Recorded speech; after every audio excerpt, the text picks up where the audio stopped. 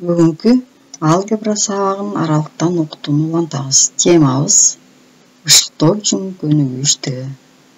Математика мугалими Дамир эже. Бүгүнкү сабакта тригонометриялык функциялардын эң кичине мезгилин табууга көнүгүүлөрдү аткарасыңар. Эгерде функциянын графигинин мезгили берилсе, берилген кесиндеги графикти тургузганды үйрөнөбүз. Теңирдеги номер 64-чү көнүгүүнү карайлы. Функциянын эң кичине оң мезгилин тапкыла дейт. Мына функция берилиптир. Y барабар 2-ден 1 синус x бөлүнгөн 4. Чыгаруу үчүн биз мезгилин жазып алабыз. Синустун эң кичине мезгили бул 2 пиге барабар. Ал эми k болсо 4-төн 1-ге барабар.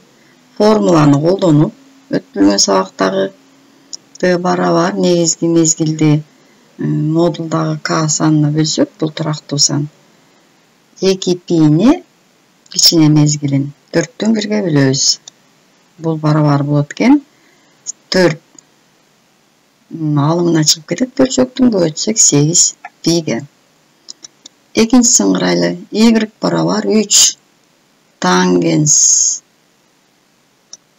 1,5x экен. Чыгаруу үчүн 1,5x'ти биз ыңгайлуу болсун үчүн жөнөкөй бөлчөккө айландырып алабыз. 1,5 бул 10дон 15 3кө кыскарат дагы 2ден 3 болот. Муну түшүндүңөр каяктан келгенин. Биз билебиз, тангенстин эң кичине мезгили пиге барабар. К 2ден 3кө барабар экен. Демек, формулага коюп, эсептөөлөр жүргүзөбүз.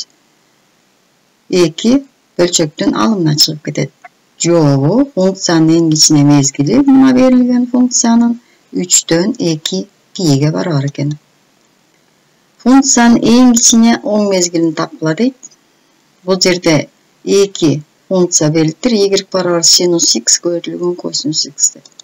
Чыгаруу үчүн өзүн жазып алабыз функциянын. Берилген функцияны тригонометриялык теңдештиктерди пайдаланып жөнөкөйлөтөбүз. Бул жерге 2ден 1-ге 2-ни көбөйтүп койсок, өзгөртсөк, биз экеселенген бурчтун синусун, косинусун көбөйтүүсүн алып атабыз. Ошон үчүн 2ден 1-ди 2ге көбөйтүп алдык. А морекил 2 синус x косинус x деген синус 2x берет.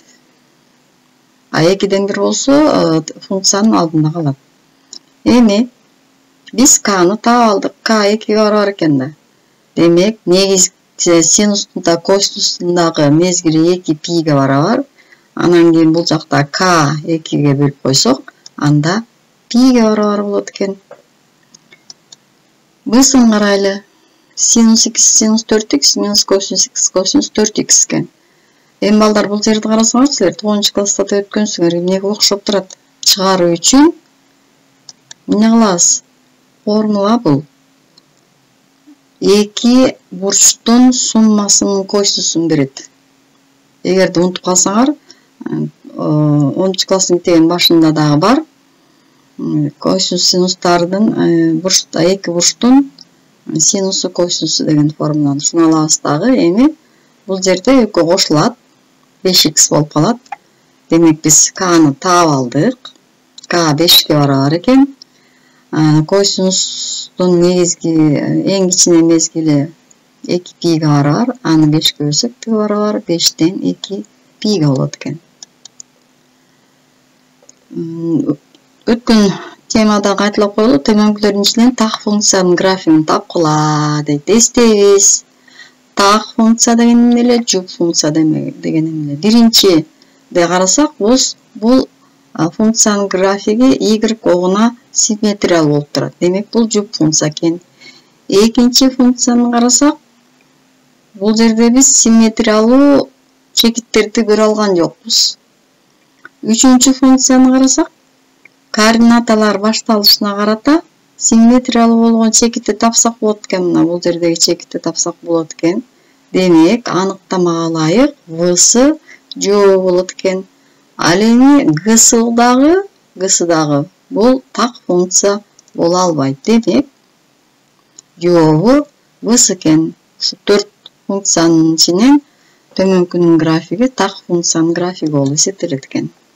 Мезгили Т болгон функциянын графигин сызгыла дептир. Мына карайлы, мезгилди табабыз. Функциянын графиги үзүк сызыктар экен.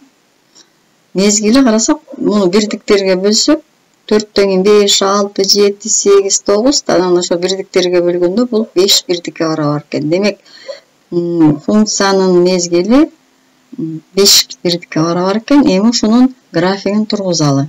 Демек, каякты көздөй? Солду карай 5 бирдикке функциянын бир графигин чийебиз, андан кийин дагы бир графигин чийсек болот экен, андан кийин дагы графигин чийсек болот экен. Демек, муну биз улам 5 бирдикти санап алып эле параллель көчүрүү менен оңго дагы, солго дагы X боюнча ала берсек болот. Функциянын графиги берилсе дейт. Бул жерде тескери тапшырма экен. Т мезгилди тапкыла дейт. Кайсы болот дейт Т мезгилин. Ойлонуп көрөлчү, кайсы жерден кайсыл жерге чейин мезгили функциянын графигинде көрүнүп турат. Мына карайлы балдар. Ол жерде бир деп алсак, 1, 3, 4, 5, 6. Буякта 1 эмес 2 деп алыптыр да, бул жерде 2 бирдик деп алыптыр мына. Ошондо бул жакта 8 болуп калат экен. Мындан 2 бул жакта турса, Т 8ге барабар экен. Анда бул жерден кайсы жерге чейинкин алабыз карайлы мына. Мындан баштап, мына могул жерге чейинкин алсак, 14төн 6 алсак 8 туура. Мынакей. Дагы мезгилин таптык. Сол жактан да мезгилин таптык. Кайра оң жактан дагы мезгилин тапсак болот экен. Демек, эгерде функциянын графиги берилсе, анын Т мезгилин аныктап алса болот экен. Экинчи мисалды карап көрөлү. Мезгили Т болгон функциянын графигин сызууга болот дейт.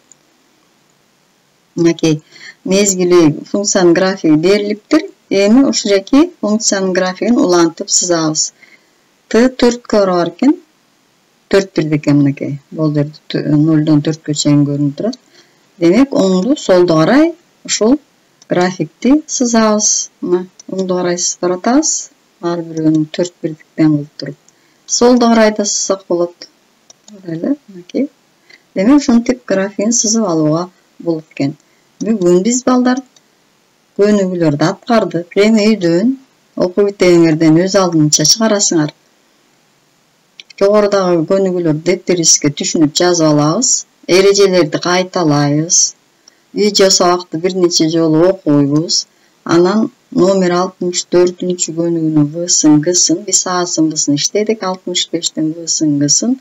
Жана 66-көнүгүүдө функциянын мезгили менен графиги берилген, ошолорду чийип чыгасыңар. Кийинки сабактан жолугушкуча саламатта болуңуз.